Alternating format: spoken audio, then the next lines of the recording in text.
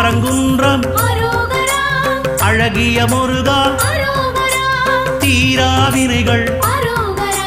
தீர்த்திட வேண்டும்